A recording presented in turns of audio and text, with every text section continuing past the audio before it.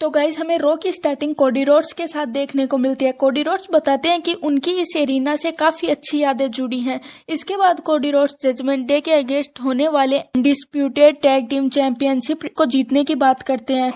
उसके बाद Cody Rhodes कहते हैं कि हमें सर्वाइवर सीरीज में होने वाले वॉर गेम्स मैच की बात करनी चाहिए और वो अपनी टीम को बुलाते हैं, जिसके बाद सबसे पहले जे उसो एंट्री करते हैं। उसके बाद सेमी जेन और एंड में वर्ल्ड हैवीवेट चैंपियन सेथ रोलेंस अपनी एंट्री करते हैं। बाद कोडी रोड्स बताते हैं कि हम सभी एक साथ एक ही रीजन की वजह से आए हैं और वो है जजमेंट डे। तभी वहां पर जजमेंट डे आ जाती है। Guys fin baler Cody Rhodes और सेथ रोलेंस पर शॉट लेते हुए कहते हैं कि ये लोग एक दूसरे के साथ खड़े नहीं हो पा रहे तो हमें कैसे हराएंगे। तभी डेमियन प्रीस्ट कहते हैं कि वॉर गेम्स में हम इन चारों की हालत खराब करके इनको हराएंगे। और फिर से फिन बेलर सेथ रोलेंस पर शॉट लेते हुए कहते हैं कि सेथ रोलेंस तुम चैंपियन हो लेकिन तुमने अभी तक कोडी रोड्स को नहीं हराया।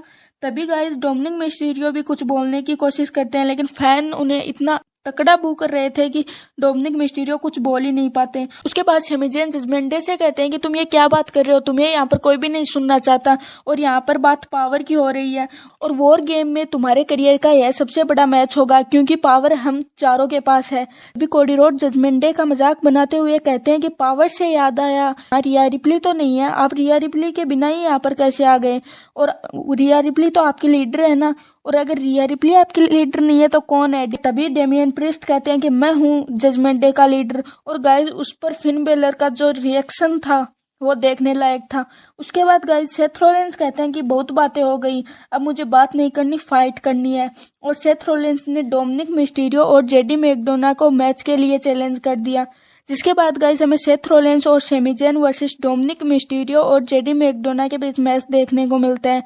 मैच के एंड में गाइस सेथ रोलेंस डोमिनिक मिस्टीरियो को किक लगाते हैं और पावर बम देने की कोशिश करते हैं, लेकिन वहां पर जेडी बीच में आ जाते हैं। डोमिनिक मिस्टीरियो पेडिग्री को काउंटर करके 619 मूव लगाने की कोशिश करते हैं, लेकिन तभी सेथ रोलेंस उन्हें सुपर किक लगाकर फिर उन्हें बकल बम लगा देते हैं। तभी वहां पर फिन बेलर और डेमियन प्रीस्ट आ जाते हैं और सेथ रोलेंस पर अटैक कर देते हैं। तभी गाइस कोडी रोड्स और जे उसो भी बाहर आ जाते हैं। उसके बाद गाइस हमें 8 सुपरस्टार के बीच ब्रॉल देखने को मिलती है। तभी बीच जे उसो जेडी को स्पेयर लगा देते हैं और ऑफिशियल्स आकर उनको अलग करने की कोशिश करते हैं। और गाइस इन सब चीजों से एडम पियर्स बहुत ज्यादा गुस्सा दिखाई दे रहे थे।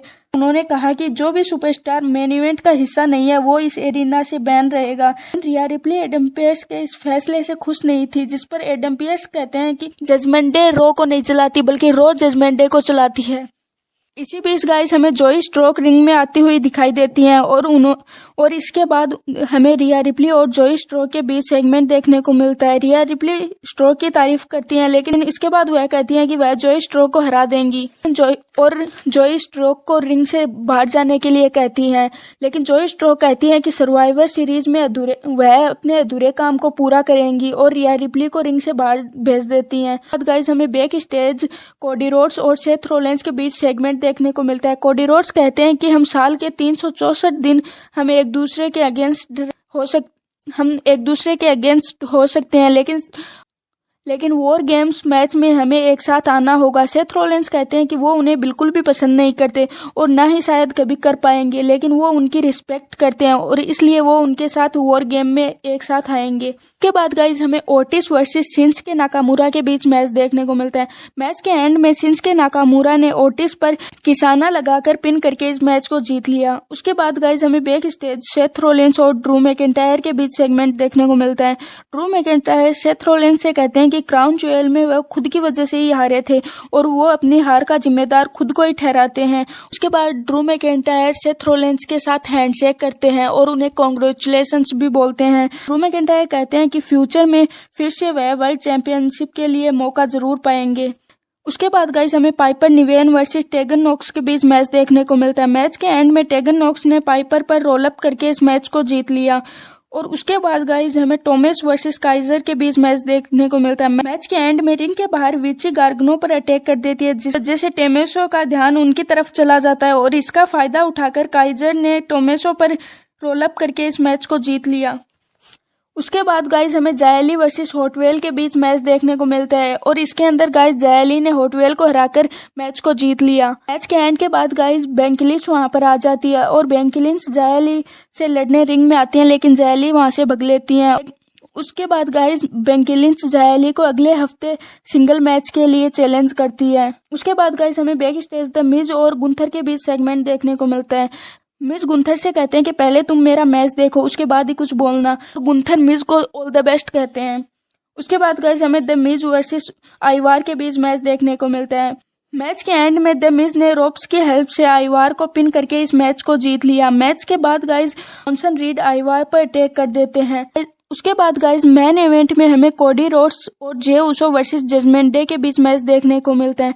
मैच के एंड में डेमियन प्रिस्ट कोडी रोड्स को एप्रन पर चोकस्लैम लगा देते हैं। तभी जे उसो डेमियन प्रिस्ट और फिन बेलर दोनों पर अटैक कर देते हैं, लेकिन तभी वहां पर ड्रू मैकिंटायर आ जाते हैं और जे उसो को क्लेमोर किक लगा देते हैं। उसके बाद उन्हें रिंग में ले जाते हैं और फिन बेलर जे उसो को पिन करके इस मैच को जीत लेते हैं और अपनी चैंपियनशिप को रिटेन कर लेते हैं। इसके बाद गाइस ड्रू मैकिंटायर रिया रिप्ले से हैंडशेक करते हैं। तो गाइस फाइनली ड्रू मैकिंटायर ने heel टर्न कर लिया है। गाइस आज का रॉ का एपिसोड यहीं तक का था और आपको इसमें से कौन सा सेगमेंट या फिर मैच सबसे बेस्ट लगा हमें कमेंट करके बताइए। मिलते हैं किसी और वीडियो के साथ।